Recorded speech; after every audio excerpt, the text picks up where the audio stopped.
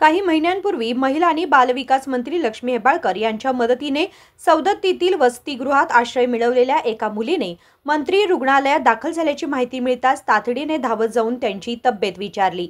ही घटना मानवीय नात्याचे एक सुंदर उदाहरण ठरली आहे। काही महिन्यांपूर्वी बेळगाव तालुक्यातील एका मुलीने कौटुंबिक समस्यांमुळे मंत्री लक्ष्मी हेब्बाळकर यांच्याकडे मदतीची याचना केली होती। त्याला तात्काळ प्रतिसाद देत मंत्री महोदयांनी तिच्यासाठी सौदत्तीतील वसतिगृहात राहण्याची व्यवस्था करून तिच्या शिक्षणाची जबाबदारी घेतली।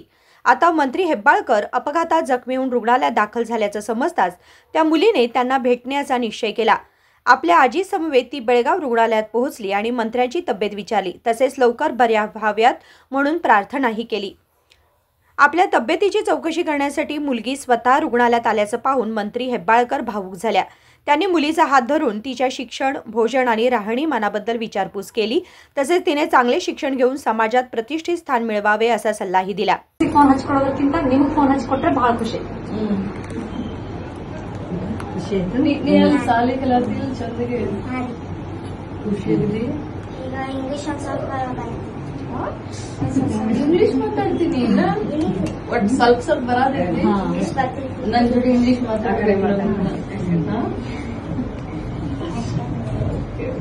ಊಟಕ್ಕೇನು ಸರಿಯಾಗಿ ಕೊಡ್ತಾರು ಏನೇನು ಊಟ ಒಂದೊಂದ್ಸರಿ ಪಲಾವ ಒಂದೊಂದ್ಸತಿ ರೊಟ್ಟಿ ಪಲ್ಯ त्याचबरोबर सौदत्ती वसतिगृहातील इतर मुलांशीही त्यांनी व्हिडिओ कॉलद्वारे संवाद साधला। हॉस्टेलमधील सुविधा, शिक्षण याबाबत माहिती घेतली आणि सर्व मुलांच्या उज्ज्वल भविष्यासाठी शुभेच्छा दिल्या। विनोद कोलकार, KMM मराठी, बेळगाव।